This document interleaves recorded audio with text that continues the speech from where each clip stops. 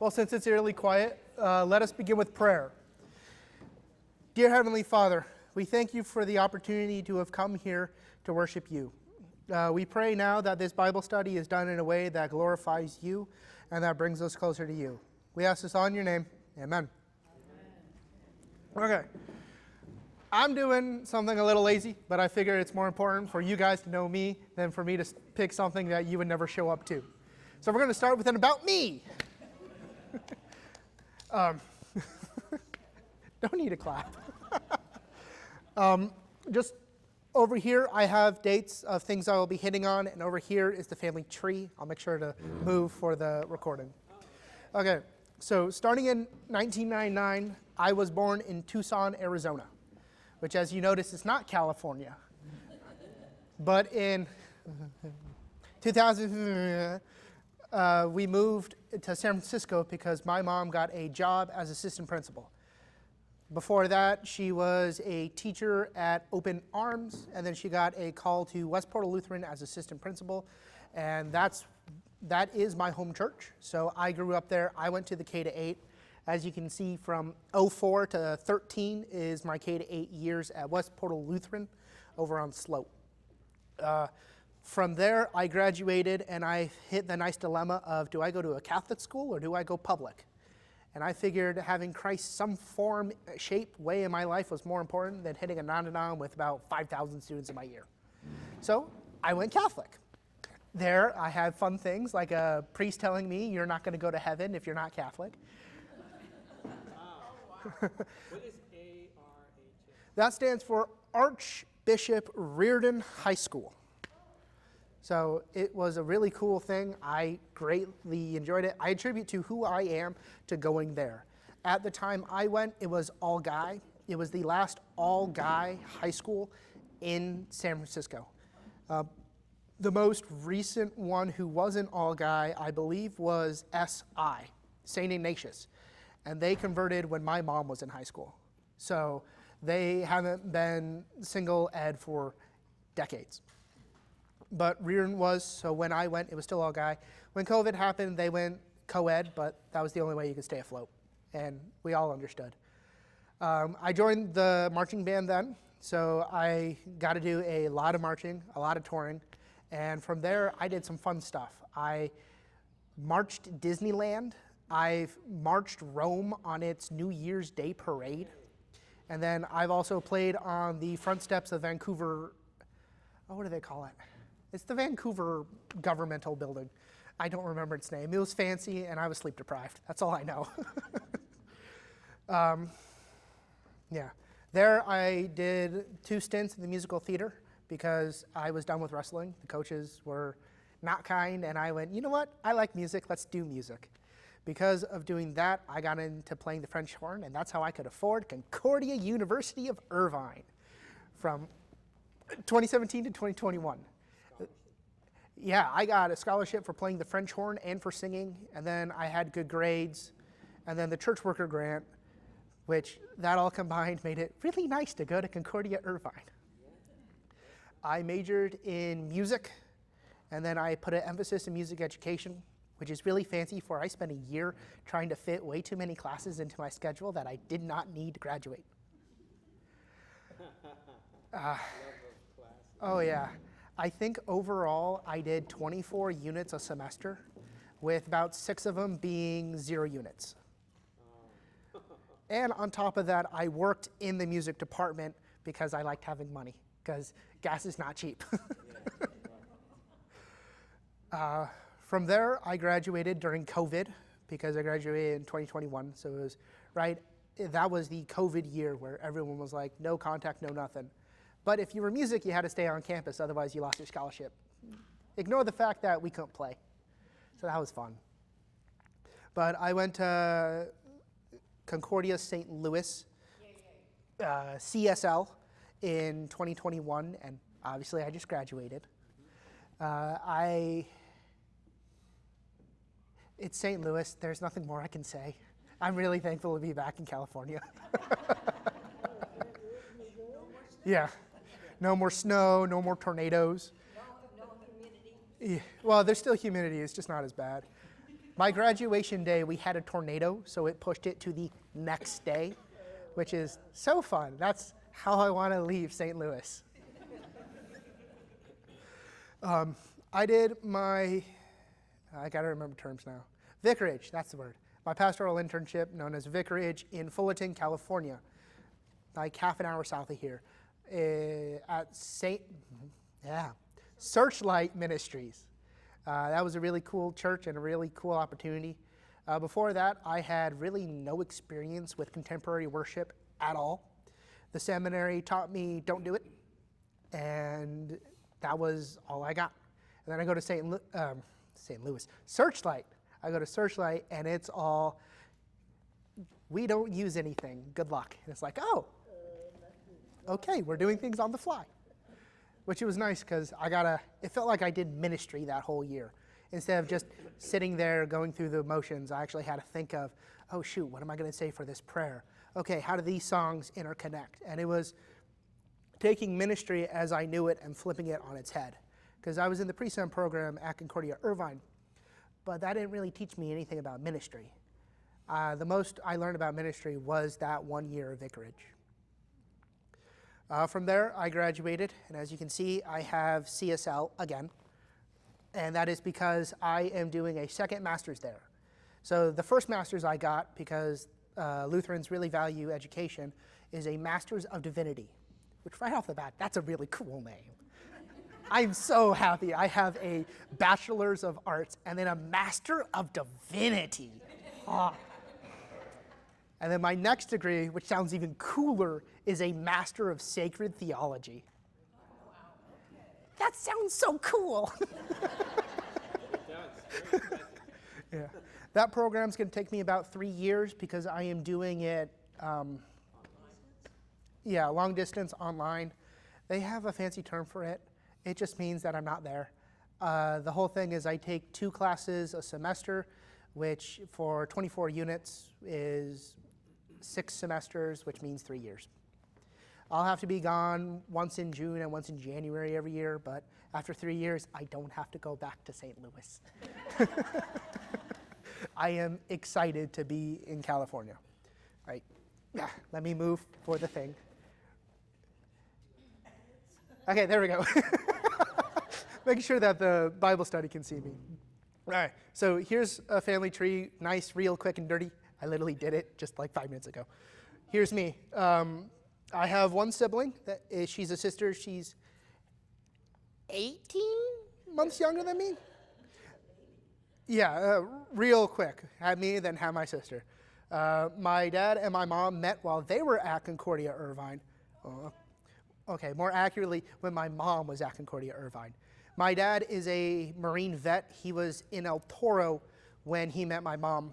It was at some party, and she will tell you that she thought he looked like a dork wearing a white t-shirt, light gray sweats, socks, and sandals. And I know how that looks because I have that memory in my head because he wore it all the time. He now works in CSI as a part of the San Francisco Police Department. He does all the tech stuff, so more specifically on phones. And I remember him telling me one time, a judge asked, really, what's your credentials? Well, I've done about 5,000 phones, and after that one, I stopped counting, and that was like 5 years ago. So the judge went, oh, okay, never mind. My mom, as I mentioned, was an assistant principal at West Portal. She then went to Lamb of God in Vegas, and then she went to St. John Napa, which was like her dream school, and it's been awesome that she's back in the Bay rather than being in Vegas. My grandma on my mom, so me, mom, mom's mom. I don't know mom's dad, I just know mom's mom. Something happened when my mom was young, and that's the end of it. She worked in hospital administration, and she had to retire early because of health problems. But she's been a huge help. She was here. She was the skinny lady with my dad. Is she also? She lives in San Francisco. So the house that I grew up in was given to her, and that's the house I believe my mom grew up in. So there's been 4 generations of our family in there. San Francisco. It's right by the beach and the zoo. So I know that little part of San Francisco like the back of my hand. Anywhere else, I'll say it was foggy, so I don't remember. What other fun facts? Yeah, that's about it. Okay, then going to my dad's side. His parents met in Oklahoma, because that's where they're both from. Dad was born there, moved to Arizona, then joined the Marines, moved to California, met my parents, and then we went to San Francisco. After, I was born in Tucson, Arizona. I know, I'm giving you a huge crash course. I hope you remember some of it. Grandfather is a Navy vet. He worked on the Hornet during Korea. And then I think he was a radar or he was an electrician. I don't remember. I remember he worked with tech then. And then that became his trade. He became an electrician by trade, and that's what he's done. Now he's really excited because in retirement, he's a deacon at the local Baptist church in Buffalo, Oklahoma, which I don't think any of you have ever heard of it because without my family living there, I would have never known it existed. It is the county seat, and it rocks, I think, about 700 people in the whole county. Wow. Yeah, it's real tiny. So it's probably a small county. Well, it was a big county back in the day, but a big county to us is a lot more people than, say, 1,000. Which, I mean, it happens being on the forefront of the West. They were one of the first towns to get telegraph. So that should tell you when its heyday was. So yeah, grandfather was an electrician and grandmother was a teacher. So teaching's a little bit in my blood. And I think it was either her father or grandfather was also a pastor. My grandfather also had a pastor in his lineage. I think my grandma had a Lutheran pastor in her lineage. But I know that my grandmother's father's line is all Portuguese, which means they're all Catholic. So if I have a priest in that lineage, we don't talk about it. Let's see. And then, of course, Emily. I met her on Vicarage. She was a part of the young adults Bible study called YABS, which I will be going to later today to make fun of all those kids yet again. Yeah, I'll tell you the story of our first date because it's a little entertaining. Did you clear that with her? Oh, I've told it before, so she's already heard it.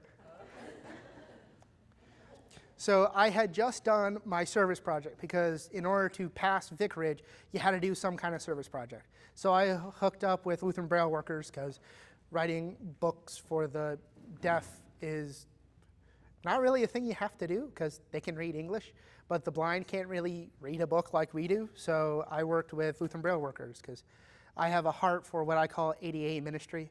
So that's the deaf, the blind, and list everything else that can be ADA. I have a heart for those guys. So I hooked up with Lutheran Braille workers and we did devotions. We became a competition. There was a table on the right and my table, and our goal was to get more than the pastor, which, we crushed them. We did literally twice as many devotions as they did, and we had more pages. I was so proud. So after that, I asked Emily out to just hang out and get drinks at a bar called Malarkey. Yeah, it was really great. I'm really sad I haven't bought a shirt there yet, but one day I need to buy a shirt from Malarkey so I can say, yeah, it was a whole load of malarkey.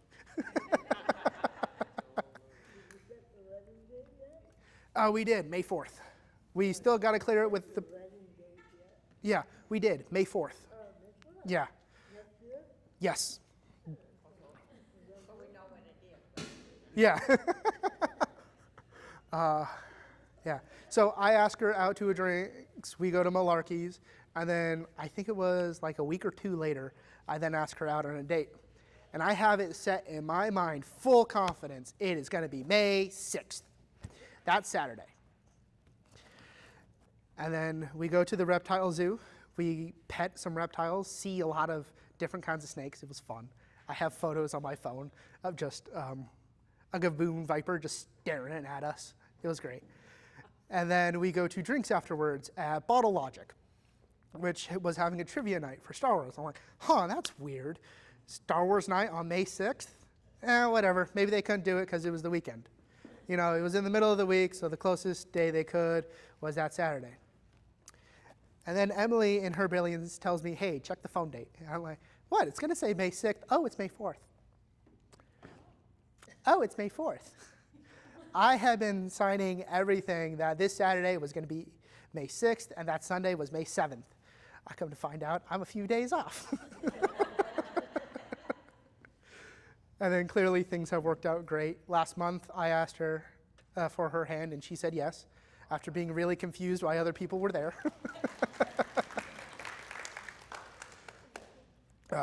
And I think that answers everything about family. Now, because I figure you guys are probably going to ask, so I'll say it before you do. Why did I start doing ministry? The answer is that I saw that there were a lot of people getting specific kinds of help. You can go to a doctor for physical health. You can go to a counselor for emotional and mental health. And you can go see other people for different kinds of health. But no one really hits on you spiritually. And I saw that in my church, there was a huge decline of spiritual health, even though we went to church every single Sunday. And I went, I'm tired of seeing that. So instead of telling people how to do different, I'm going to lead by example, which has led me through going this whole journey to here. Oh, forgot to mention, April 30th, I got a call to St. John's, Covina.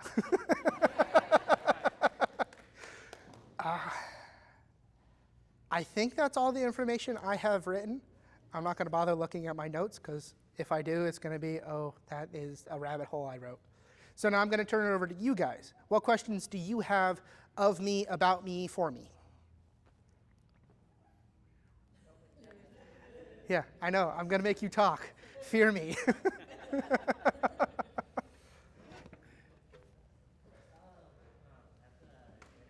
your pictures, you had the French horn. Do you still play, or? I haven't played the French horn in a bit, and that's because I picked it up for scholarships. I didn't pick it up as my true instrument. My instrument that I think of whenever I think of instruments is always the trumpet. I've picked up the ukulele and the guitar bass as like my filler instruments, because I don't have to make sure I have a clean mouth before I play. It's very important, because my first trumpet has stuff literally caked in it now, because I didn't know proper etiquette about cleaning it. Whoopsies. So when I got to college and I somehow got grandfathered a trumpet, I made sure that whenever I went to play, my mouth was always clean, which usually meant rinsing out my mouth like 2 or 3 times. But that way food doesn't get in, so the valves can always work. So to me, the trumpet is my true instrument, not the French horn. Though the French horn does lend for funnier pictures, like wearing the hat. How did you get into sign language? So I picked up sign language back in high school because it was one of the options. I could do, I think it was Mandarin, which I had no heart for. I had the option of Spanish, which I knew everyone was going to take, which I had no heart for. And then it was Russian, which I was not going to try and bother learning. So that left ASL, and I went, I like how that looks. So I picked up ASL, and I started studying ASL because of my teacher, Oshida, who was Japanese, who actually learned ASL from down here. Now, just like different languages, there are different accents that you can have, and I didn't realize how bad it was till I go to Missouri and start signing, and everyone's signing different things for things. I'm like, that's not how you sign Finnish. That's not how you sign squirrel. What do you mean that's why? And it's just these little differences, like Y is what they signed, but I learned why.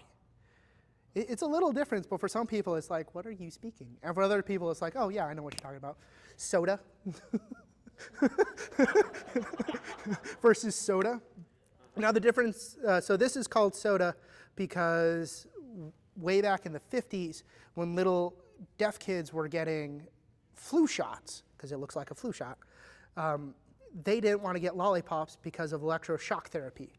Because it was the mentality of, oh, we'll just shock the brain to work right again. So lollipops to them felt like the little rubber thing they would bite on to not bite their tongues. So they would get sodas instead. So when you have a little kid who doesn't know anything and they're signing flu shot, because for them, a flu shot means I get a soda. I do soda because of the little stopper that used to be in them. You would pop it out and then make sure that it all worked. So this is the sign I know for soda. If I were pantomiming soda, I would do soda. And that's one of the cool things I like about ASL. If I don't know a sign, I can probably wing it, and I'm gonna be like 95% right. Like a tree. Okay, I could probably guess this. I might have done tree with a stump. You know, it's fun little things like that. But when you start telling a story, you can stop doing signs and start doing more painting a picture.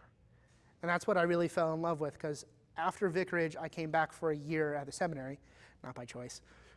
And I got involved with John Rinke and Deaf Outreach.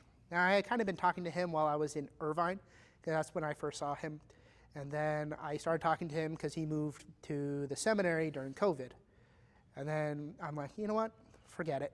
I'm going to go full hog. So I figured out what church he was at. So I started helping with the services without any prep at all. That's a lot of fun. And then I went to the Bible studies, and then they had a sign language class on campus, which I did not realize how much sign I still remembered. Though I also got a website, so whenever I forget a word, I can just go, hand speak. Oh, so that's how you sign it. Okay, neat. Then I'll incorporate that into my next sentence. So I fell in love with ASL just because it was different, and I loved how it was different than everyone else. I didn't have to relearn how to use my tongue in order to talk. German gave me so many problems beforehand. You speak German well? Decently well. I'm not fluent in it at all, and I need to work on that fluency. But it's one of the things where ASL is a lot higher on the totem pole than getting my German to be better. If you give me German to read, I can read it. I can't tell you what it says, but I can read it. It's a vocabulary issue, right? Yeah, I just have a limited vocab. I know how to do all the conjugation and all that stuff. I just don't have the vocab in order to read, and I do not like Fracture. Fracture is if you think like old style writing, where it's got all the funky letter looking, that it's all real sharp, that's Fracture. I can't read that to save my life. I will spend 10 minutes trying to figure out, is that an F, is that a T, or is that an S? You're right. And it's like, you know what? You see the little tick on there? Yeah. That's it. All right. And then the older it is, the more faded things are. And it's like, well, that might be an L for all I know at this point. Yeah, right. In terms of signing, are you able to, let's say, sign as an interpreter? Are you? I can function as one. I'm not state certified. And that's just because I haven't had any formal training. A lot of my training has been in the field. Douglas and Laura, they taught me a lot of sign language, and both of them are completely deaf. So my signs are a little wonky because one of them's from Wisconsin and the other one is from Missouri. So I'm signing one way to Douglas, and he's like, what is that? Oh, okay, yes, I understand now. And then Laura's like, what are you signing? Oh, okay, I understand now. So I can function well as an interpreter, but nothing official. And it gets very exhausting. It does. Especially doing SimCom, where I have to sign and talk at the same time. My brain fries about halfway through the first paragraph. I thought it would be a little bit more universal, but it isn't. No. If you go to Korea, signing is Yeah. completely different. Well, and you would think that, But I guess that makes sense. It's just- yeah, you would think that British Sign Language and American Sign Language would be the same because English. But they have two different starting points for language. The British Sign Language started in Britain, but American Sign Language actually started in France. And it was a priest that came over with a deaf person later, I believe, oh Lord, my friend's gonna hate me for not remembering deaf history. I believe it was that man who became the namesake of Gallaudet University, which is the premier deaf college. The deaf university. And that's over in the East Coast. I believe in New York? I remember it's around the Capitol, but I remember it's north of the Capitol. So that's over there. And then Mexican Sign Language is actually also French. So it's interesting how those, which you wouldn't think would be similar at all, are actually more closely related than the two English signs, because British and Australian and South African, I believe, are all British-based, whereas American, French, and Mexican Sign Language are all built on being similar. The fun little things you need to know. Any other questions? We have a lot of time, so I'm gonna. Who decided to be a pastor? That is an excellent question. I don't know the answer to. Yeah, it's just one of those things where my first grade teacher had said, "Oh, he's going to be a pastor." Sure, I didn't know that. Same thing with my fourth grade teacher and my fifth grade teacher. They're like, "He's going to be a pastor." I'm like, "Oh, okay, good for me." And then somewhere along the way, I decided, but I generally can't tell you when. So it's just one of those things where I've always felt called, and eventually it happened. I was full set on being a music teacher when I was graduating high school, hence why I went music ed. And then it became the fallback plan. And I remember talking to the director of parish music for the San Francisco Archdiocese. And he told me, "What's the harm of going to Concordia Irvine?" "Oh no, you don't become a pastor." "Oh well, at least you have 4 years to make that decision instead of making it right now." So that's why I went to Concordia Irvine and stayed pre-sem and also did music ed.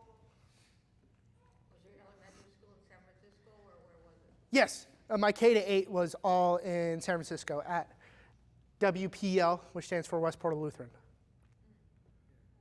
San Francisco is a good city. It is. I really enjoyed being there. I miss my 60 degrees in fog. My husband, when we first got married, we wanted to live up in San Francisco because that was his favorite city, but the rent was too high. Yeah. Yeah, it's bad. Our house, I think it was 8-tupled in value just from when it was made to now. I mean, I remember during the whole housing thing that we hit multi-millions, and it's like, how? This was a house that was bought for probably not even $300,000 in its heyday, and it's just amazing how quickly everything appraised and how high it went. Because I have a friend who bought a house. His grandmother bought a house in the Mission for like $100,000, and it was last appraised at $5 million. And it's just like, holy smokes. Yeah, in the Mission District. And it's like, they didn't do anything to the house. They literally added nothing, and it's just gone up that much. The only thing I didn't like about San Francisco was the houses too close Oh yeah, it's all townhouses. because of the earthquakes. Yeah. It's one of those things where you think, oh, you feel every earthquake. No, you don't. Well, that's because part of it's built on sand, part of it's built on trash, and only a small part of it's actually built on rock. Yeah. So like my house that I grew up in was built on sand. Though I think the Presidio, was it the Presidio or the Marina that was built on trash? It was little landfill that was used to actually extend the city so it could have more city. And I didn't like driving in San Francisco. Yeah, there's a lot of hills. Driving stick is nearly impossible just because you have to immediately go into third as you're going up the hill. Right. And if you don't hit third, hi everyone, you're going to see me roll back. It's worse when you drive an automatic to go up the hills. I haven't experienced that problem before, but I also had front wheel drive when I was first learning how to drive, which is a huge help when you're not trying to push your car but pull it instead. It is still terrifying when you're going up 45 degrees and you're like, is my car going to flip back? Because, yeah, the age of the city and everything, they just Yeah, poured it over the, and try to. yeah. Well, when you look off to the side and you see a staircase on the sidewalk, it's a little terrifying. It's like, am I going to make it over to this ledge? Well, we'll just pedal to the metal and hope we go over. So you were drawn to music, you were talented in music. You picked up the trumpet in elementary? Or 6th grade. 6th grade? I first picked up the violin and did not practice at all. So my mom stopped those lessons, and I happily accepted the stop. And then I picked up trumpet in 6th grade. I remember it was in January. I picked it up in January. And then I stuck with it throughout all of my college year. I even played it a little at the SEM, but I haven't played it since Vicarage in a concert setting. So that's something I need to work on. I just really need to pick that back up. So I imagine you're going to be asked to play it here at one point or another. Oh, I have no doubt. Maybe even the French horn. I don't know. Yeah, I would have to have a. So the French horn I had was a little cheapy one to get me through the bridge of high school to college. But at college, I practiced with a beautiful, beautiful Yamaha that had a detachable bell, a nice brown case, rotary valves that actually worked, and slides I could not pull out to save my life. But I remember that as much as I love the French horn, it always gave me a kick in the pants whenever I tried to play it.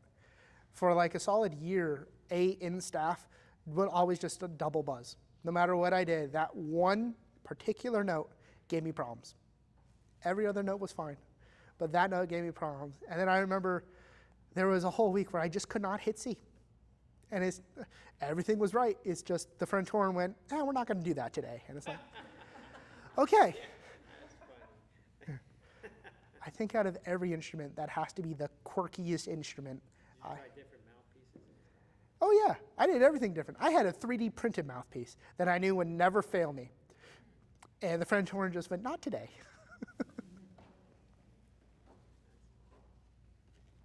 All right. I'll do questions for when are we supposed to end? Let me ask that. Is it 11:30 or 11:15? Usually 11:30. 11:30, okay. So we have question time for like 15 more minutes, and then after that, I'm going to ask you what we want to do for Bible study. Okay. So what other questions you got of me, for me, about me, with me, to me, on me? What other prepositions can I think of? Unto me. What's your favorite food? Mac and cheese and chicken nuggets. Really? Oh yeah, I love it. That is a comfort food all the way through. Mac and cheese and chicken. Oh yeah. Since we're going to have dinner screen, what do you not like to eat? Or allergic to? I'm not allergic to anything. I just don't like the taste of a lot of vegetables. I really don't like mushrooms. For some of them, it's more of a texture thing. I don't like mushrooms because they taste slimy. Yeah. And then, yeah. That you didn't know they were in there? I will eat whatever's put in front of me. Let me clarify that. I will eat what's put in front of me. That said, I might not eat it all. Yeah. What's your hobbies?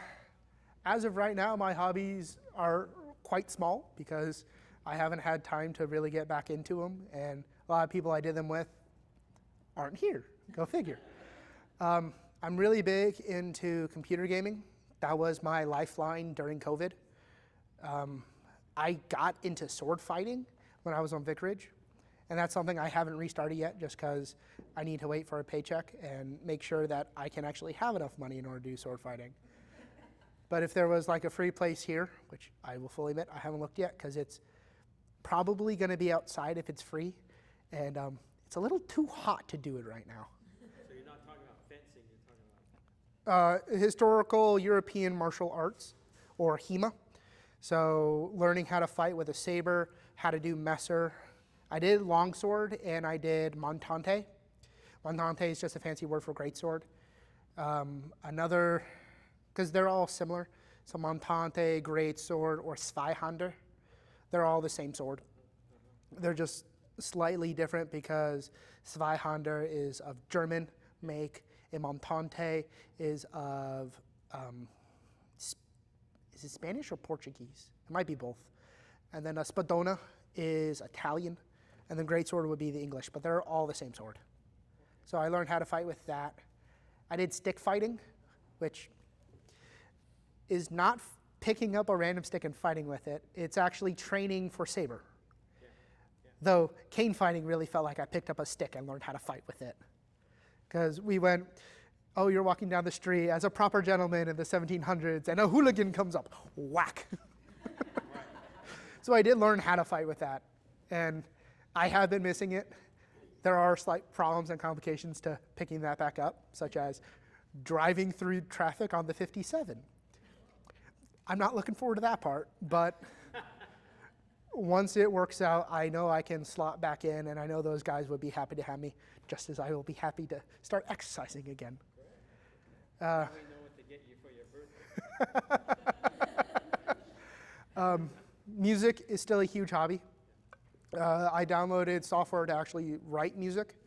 I just haven't gotten to it because I've been a little bit busy studying. It's kind of taken up a lot of my time. But I was classically trained how to write symphonies and orchestras. My preferred is a brass quartet. I wonder why. And then I have done some orchestral stuff, but nothing that has been symphony length. That's something I've been working on, but I got to come up with the story in my head before I can write it. Otherwise, I'm just putting random notes onto the screen, and sure, it'll sound good. If I don't care about it, then what's the point of writing it? What are some other things? Those are really the big ones. I love Legos. Legos are awesome. If you were to ever come to my apartment, I bought a bookshelf. I didn't have enough books on it because most of the books I brought went into my office. So I threw all my Legos on display on there.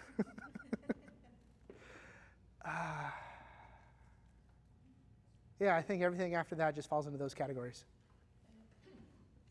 What age group within the church you prefer to work with mostly? Well, I've done a lot of work with young adults, and I've done a lot of work with 50 to 80. Yeah, I haven't done a lot with 25 to 50, and that's just because those are usually that's the hardest group to get into the church, which makes sense why I haven't done a lot with them. And everyone that I did work with that was in the 25 to 50 were either parents because of the school or they were other seminarians. So that's just an age group I need to get practice with. I can relate to them quite easily. I just haven't done a lot of work with them because they're, like I said, the hardest group to get into church. Once they're in church, they're usually solid. It's just you got to get them back. And for some people, there's a lot of hatred and a lot of pain, good old Catholic guilt. And for other people, it's just my work schedules me on Sundays, and no matter what I say, I can't get Sundays off. So got to make do with it. They'll eventually come. So I need to work with them. That's on me, and that'll be the hardest group to get into church, but that'll be the most rewarding when that happens, which I will be talking with evangelism in order to do that. And also to just see what you guys do here, because, hey, go figure. I don't know.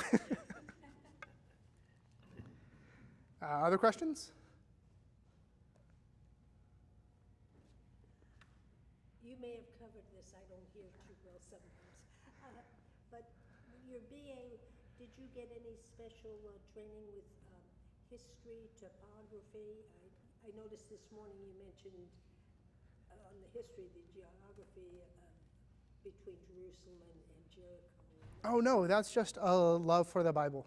That's Yeah. just from the Bible, nothing Yeah. special on that. No, I spent a lot of time. I love the Old Testament. If you were to ask me to pick a part of the Bible, I would pick the Old Testament and Acts the New, if that was all I could preach on. And that's just because I love all the stories and the history of it. So I have spent way too much time studying the Israelites' journey from Egypt to finally making it to Israel. And on that, I've learned things of, oh, look, there's a mountain range. Oh, wow, there's a lot more trees than I thought in Israel. The whole Lebanon forest. And this was all just because I wanted to learn, and it stuck, for better or worse. I just thought maybe you had something. No, all of it's informal and knowing all too well how to Google things I want. Saw a hand back there. So I was wondering, do you ever like go down to the theme parks or anything like that, or do you not handle crowds well? I can do crowds fine. After a while, it does get tiring and exhausting. And that's because I accidentally, for better or worse, fall into a leadership role when there are crowds, because if not, it becomes an unruly mob, and the last thing we need is that. So I usually fall into a leadership role just accidentally, and that exhausts me a lot because I'm trying to keep tabs of 15 different things while also trying to do my thing. So I don't have a preference between small or large groups. I do whatever I'm told to. I hope that answers your question. Anyone else? We've still got like 5 or so minutes. Yeah, we'll say 5. It's good enough. Keenan? You mentioned the accessibility or ADA ministries. Yeah. Where you would have like accessibility devices and like books and Kindles, but what does that big picture look like for you, either in the sanctuary or outside? Yeah, and that depends on who we would get, because as much as I love ADA ministry, it is the most costly of the ministries out there. And it would be things like large print is really good to do, but that could be a whole different kind of paper we have to print on. And if we're doing like 15 large prints for no one to show up, that's a lot of money wasted right there. So it would depend on who we can get in, and I am more I would rather react to it than proact to it, because what's the point of having an interpreter if we don't have any deaf in the church? That's wasted money. And if there's a deaf person that comes, I can sign the whole liturgy. I fear for what my message will become, but I can wing that. It's the same thing with doing languages, where it's the level of accessibility. I would rather help afterwards, because then we can actually dive deep into what they need rather than just assuming what's needed. Because I know for some of the deaf, they're not deaf as 100% no hearing. They're deaf as like 80% of their hearing is gone, which, having the audio things we have already for our hard of hearing people, they would just tap into. They wouldn't have to get a whole new thing. But some things would be like if we have people who are, I don't know the right term, so forgive me, like half blind, where large print is constantly needed. Eventually it might be we have to get a screen so that we can actually have people be able to just be a part of worship. It's great when you can sit there. It's better if you can be a part of it. That's one of my things too. I want more people involved in the service, even if it's simply we're all reading more stuff together. I don't want it to be an hour of me talking and y'all listening. That gets really boring really fast. I hope that helped. Quick acknowledgement, and I think we're all grateful for that. I saw a lot of head shaking. Like Lori was saying, the geological references that you made this morning between Jerusalem and the north, and the quick remedies of alcohol and oil, those kind of things go a long way. Just a grateful acknowledgement. That's all. So, it just helps explain. Yeah, it enhances the story. It just does. So don't say first observations. Don't stray away from that. It goes a long way. If you watch your audience, I think a lot of us were going. Okay. Yes. Yeah. A lot of afterthoughts were that was great. So I'll make sure to keep including little tidbits like that. thank you. Anyone else? Going once, going twice. Sold to the next topic. Okay. The next beautiful thing that we are going to be doing is picking out a Bible study, or whatever the heck you guys want to be studying. Let me erase everything. I'm going to give you guys like 5 or so minutes to talk amongst your tables, because I figure if you guys could come up to a consensus at your table, it would make it easier for all of us to do a consensus together. Because we've got at least 2 people at every table so far. So break for like 5 or so minutes, run through a bunch of topics you want to talk with. It doesn't have to be the Bible, but if it is a book, we got to wait a little bit, so that way we can actually all get the book and read together. Yeah, that was my question. Yeah. Are you looking for something that's topical or something that's a book of the Bible, which is what we had done under Pastor Trujillo? So for me, it's whatever you guys want. This Bible study is not me preaching at you. This is a Bible study for all of us to be studying together.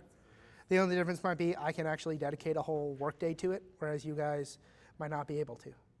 So whatever you guys want to study, whether that is, hey, let's work through Deuteronomy, we'll work through Deuteronomy. If you guys want, like, let's work through the book Seculosity, we'll work through the book Seculosity. It's whatever you guys want this Bible study to be for the next however many months, you guys decide. Because I would rather you guys want to come here than for me to pick something and you go, you know what, that's a boring topic. I'll just wait till he changes. So yeah, okay, all right. So it's just something that's related. We want to say, well, what about cosmology? Maybe that's not something you want to go. Yeah. If wants to be like, hey, let's go through the different religions, that might be something we set up for a different Bible study altogether. And I mean, you could do as simple as all the readings of the week. You didn't talk about them because you only focused on Luke. Let's also talk about the New Testament and the epistle. It could be stuff like that, or it could be, let's work through the book of Revelation. I mean, whatever would help you guys really want to stay after church. That's what I want you guys to talk about.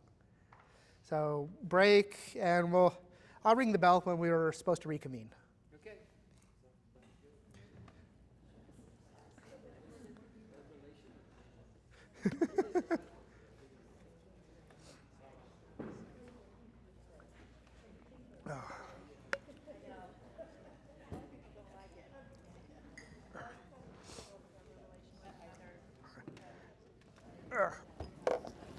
I'm here to pick a table.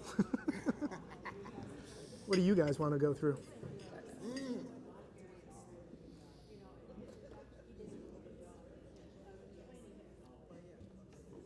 We have hit, in the last few years, Ephesians. We've hit Galatians. So,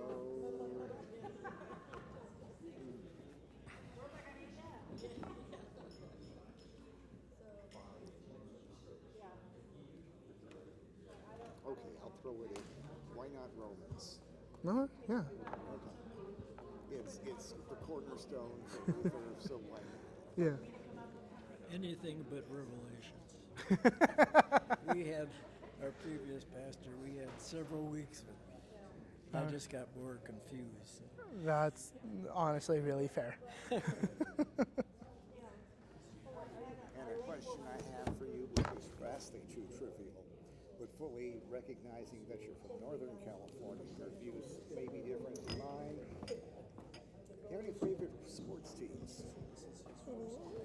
Warriors, Giants, 49ers, and a controversial one, the Vegas Knights.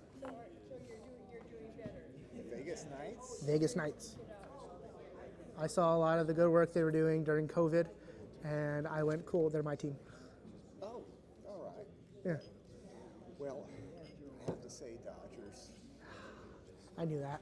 And Rams, I guess, but that's about it. Yeah. If we can concede on the Angels, we'll be good. Okay. I'll tell you, I would like to see someday a World Series between the Angels and the Dodgers. That would be cool. Yes. For a while this year, I thought we were going to see a New York World Series between Yeah. the Mets and Yankees, but that seems to have not worked out at this point. No. I mean, we'll see, but I highly doubt they can do anything to pull it back.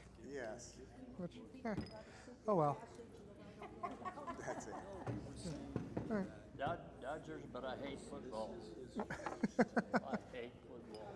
Yeah. I've really come to love hockey, just because it's a sport I don't know, so I've had to learn as I've gone along, and it's been very fun going, oh, that was a rule I did not know, or I thought that rule was something else. So it's been a blast learning hockey. On a quick tell you, I'm 93 years old. John told me. Yeah, okay. No, Somebody did, huh? John or Steve, one of them. Yeah, okay, all right. Born and raised in Nebraska, Oh, we're in Nebraska. south of Lincoln. Okay. I spent a month and a half in Lincoln because my sister's a burn unit. I did not mention that part. My sister works in the burn unit in Lincoln. Yeah. That's close close to the Kansas line, south of Lincoln. Oh, okay.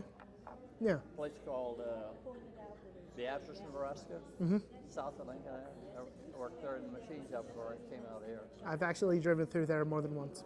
Yeah. I took a left where I should have gone straight. Yeah. Still got all my relatives and stuff back there. Yeah. But used to go back every other year for vacation. We come out here in 1960, and I worked for a school district for 8 years, and then I went to work for a state university. Oh, wow. I was supervising electrician. Oh, wow. Awesome. And I put in 38 years with a state retirement, so I got a nice pension. Yeah. Yeah. Because the school district and the state, was the same in retirement. First, public employee retirement system, either too. Yes. Awesome. 6 years with the state of California. That's huge. Employment Development Department. Oh, okay. Yeah. Awesome. Manage both areas, UI, unemployment insurance, I'm sorry for using that as short term, and job service. Oh, wow. Yes. You have a little history. What? You have a little history. Yes. I get close to $8,000 a month in retirement. Social Security and retirement together. Yeah. What time is it? And my son and I, just quick on the sideline, we're into old cars. We love old cars. I would love a 69 Impala one day. What? I would love a 69 Impala one day. Okay. But the problem is I don't have room. It helps having your own house when you work on old cars. Yeah. I got a 31 Ford. I bought one at 19 years old. I still got it. Yeah, you told me that. Yeah, I still got it. And right now, they're making a movie in Burbank. They're expanding that airport, something unbelievable. And we got a call from the movie people. My son and I, they want to bring our 2 cars, 27. Oh, wow. Yeah, Okay. so I don't know what's going to happen. Yeah. Yeah, That's cool. See. Yeah. That's awesome. Yeah. Well, we'll see what takes place. We don't know yet. The other thing is that come here real early in the morning and be here all day. Okay. That's all we know. Yeah. So we'll see. Okay. Well, that's exciting. Yeah. Sure is. I need to ring the bell to give everyone a minute warning. It's been a pleasure talking to you.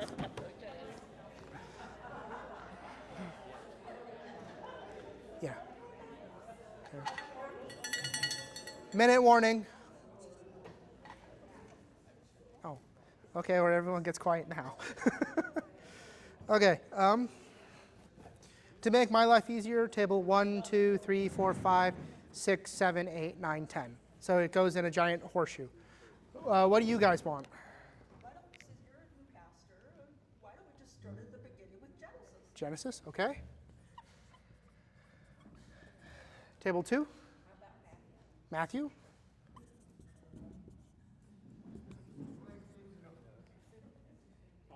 We were thinking about going through the books of the New Testament, referencing the Old.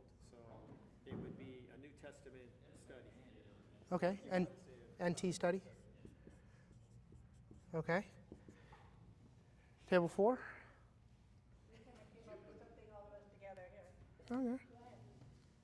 So being this is your first go around with us and our first go around with you, let's do something that you are very interested in and we would be interested in hearing too. Let's just take a short book out of the Old Testament like Joshua. Okay. Okay? And I think that's a short enough book to where maybe you could get through that in whatever, maybe 8 weeks or 6 weeks. I don't know how you're gonna do this. Yeah. You got it. Spit this out, I'm just the goat. So would that just be, Okay. that would set comfort to everything, Yeah. right? Okay. I'm just spitting this out, I'm a nobody. Yeah. They're making me say this.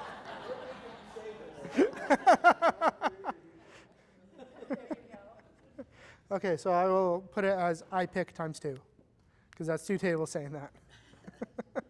Okay, table Romans. Yeah. So is Galatians. Table 6. Okay. Made my life easy. You already answered.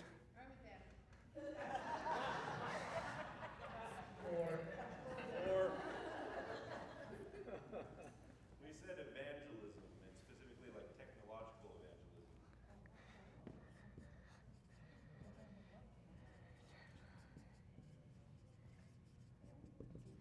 Okay. Numerology in the Bible.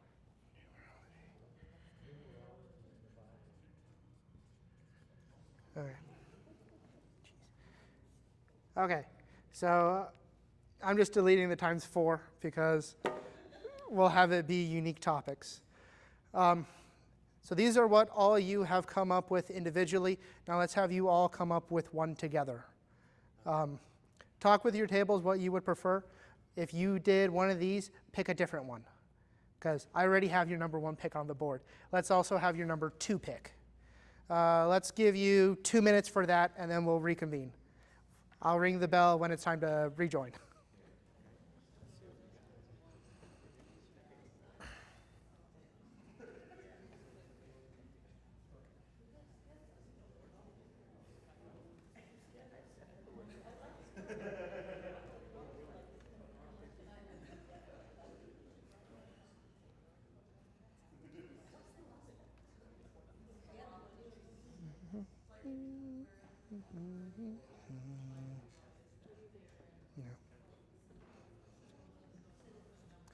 If you need me to reread it because it's too small, just yell at me.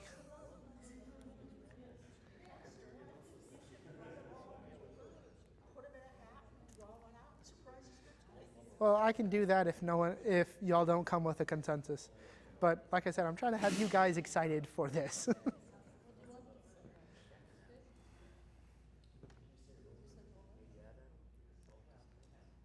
Romans.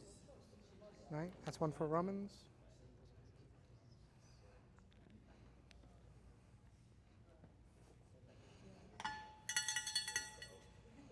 All right.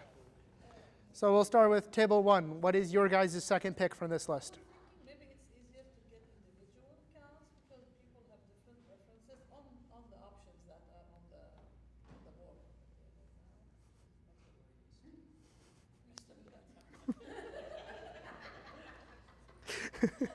You're gonna get a lot of that.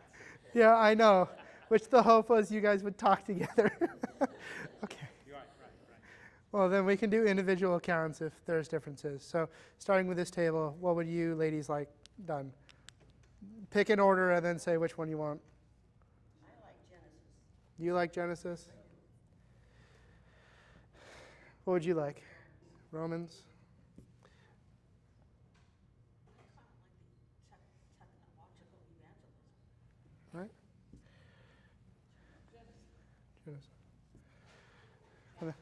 Genesis. Yeah. Matthew. This table. Genesis. Okay. Genesis. Okay. This table. Romans. All Romans. Are these our secondary picks or our primary picks that we're now going individually through? They're all on the board, so if you want the I pick, you say I pick. If not, you pick one that's already on here, which makes it easier to do. Because for clarity, the part was what we were doing secondarily. Yeah. Here, What would your secondary pick be? Because I think everybody would go back to their first pick, I would think. Yeah. So if we're voting here, we should likely be voting for our primary pick, our first pick. Yeah. I don't know whether those are the people's first picks that we're now doing tallies on. Well, then let me ask, was this your first pick or second pick? First? Second? So then what would you guys want instead? Okay, then let's restart. Do you guys want Genesis as your first? All right. You ladies, you good on it? This table, This table, our first pick was New Testament study. New T. That's that. Yeah, we had, our second pick was Genesis. Okay.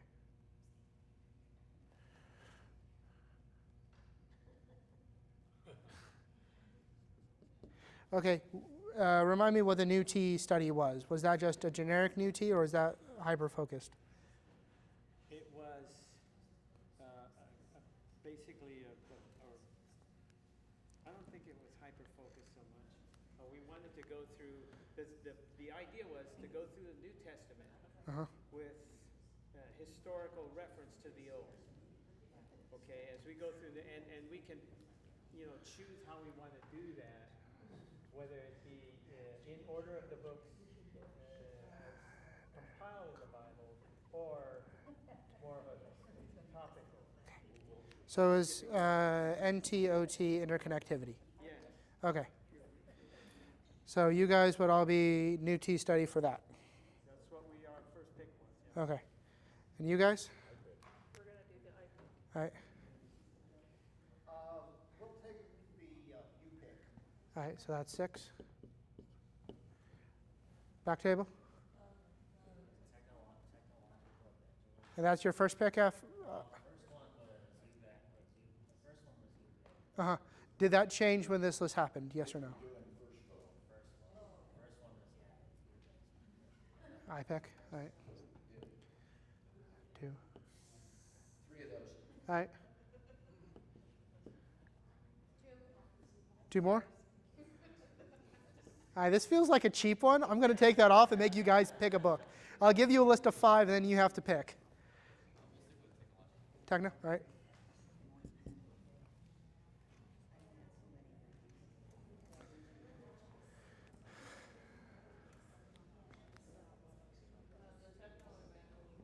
For all 3 of you? Okay. Okay.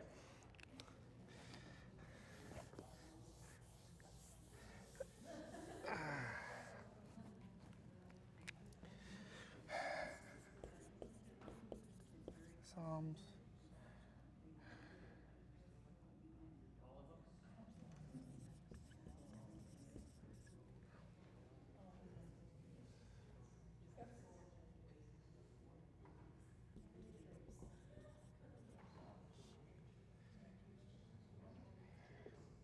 What are you doing, Luke? Luke. All right, these are the 4 books. Since you all made me pick, I'm making you pick. Which book would you like a Bible study on? Depending on what it is. For I don't know. For Psalms, it might be I select 2 or 3 of the tropes that are in it, and then we go through those. For Romans, it would probably be like 2 chapters a day. Kings, we would go by story arcs. Like, hey, during this guy's reign, we talk about all the stuff here. And then for Luke, it would be not what I'm preaching on. So everything that I won't be able to preach on is what we would go over. Do you guys need a minute to make a choice, or are you good to pick now? Okay. We'll start with table 10 and go backwards. All 3? Go.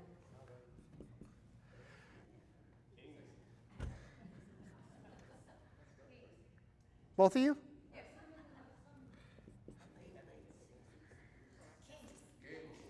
Okay. Show of hands. Who would do Kings? Not who's voted already. So everyone who hasn't voted, who would do Kings? So 1, 2, 3, 4, 5, 6, 7, 8. Okay, I think that wins. Okay. So we will do a Bible study on Kings. Okay, I got to look through what the heck Kings has in it.